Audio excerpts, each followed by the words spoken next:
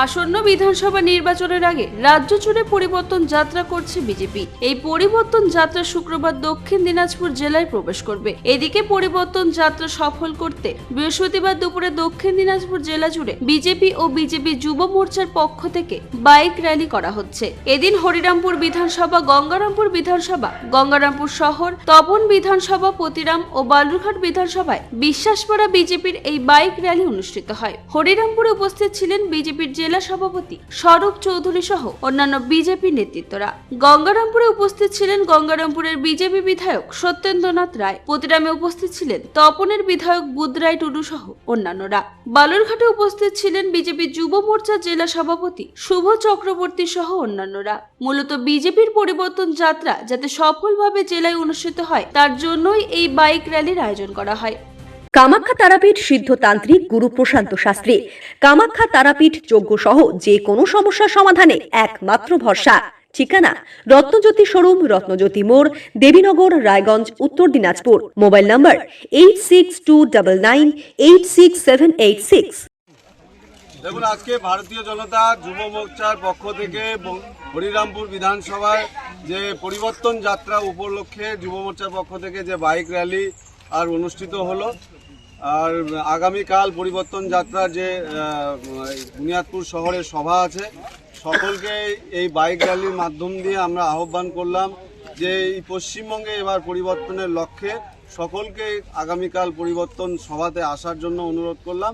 আর বিশেষ করে যুব মোর্চার পক্ষ থেকে যে বাইক র্যালি হলো তাতে যুব সমাজের মধ্যে যে উদ্দীপনা আমরা লক্ষ্য করলাম তা পরিষ্কার বলে দিচ্ছে আগামী 26 সালে পশ্চিমবঙ্গে পরিবর্তন আর সুনিশ্চিত হয়েছে। কেননা বেকাররা যেভাবে বঞ্চিত, তাদের কর্মসংস্থানের জায়গা, বেকাররা কর্মসংস্থান হচ্ছে না, তারা কাজের সন্ধানে বাইরের রাজ্যে ছুটে যাচ্ছে। এই রাজ্য শুধু ভাতাশ্রী প্রকল্প চালু করে পশ্চিমবঙ্গে আগামী প্রজন্মকে পঙ্গু করে দিতে চাইছে। সেই কারণে আজকে যে বাইক র্যালিতে আমরা উদ্দীপনা দেখলাম যে এলাকা থেকে প্রচুর বাইক এই র্যালিতে অংশগ্রহণ করলো। সকলকেই আমার পক্ষ থেকে, ভারতীয় জনতা পার্টির জেলা পক্ষ থেকে অনেক অনেক ধন্যবাদ এবং জয় ভারত। দাদা, আজকে দেখলাম অনেক কার্যকর্তাদের সঙ্গে নিয়ে আপনি একটা বাইক র্যালি করলেন, তো এটা কি উপলক্ষে হলো বা কি করলেন এই কার্যক্রমটা?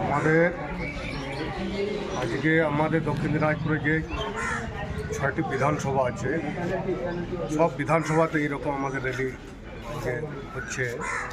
তো আমার তপন বিধানসভায় যে 5টা মণ্ডল আছে, সেই 5টা মণ্ডল থেকেই আমাদের বাইক র্যালি হয়েছে এবং 5টা মণ্ডল আলাদা আলাদা গন্তব্যস্থল থেকে তারা আমাদের একই জায়গায়, আমাদের শেষ জায়গাটা হচ্ছে বাউল।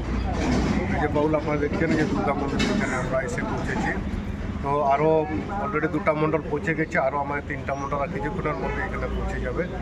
তো এইটা আমরা একটা এই যে সব যে অঞ্চল আমরা টাচ করছি, তাতে যথেষ্ট সাড়া পাওয়া যাচ্ছে, অনেকে আমাদেরকে অভিবাদন জানাচ্ছে। তাতে আমার তো মনে হচ্ছে আগামী যে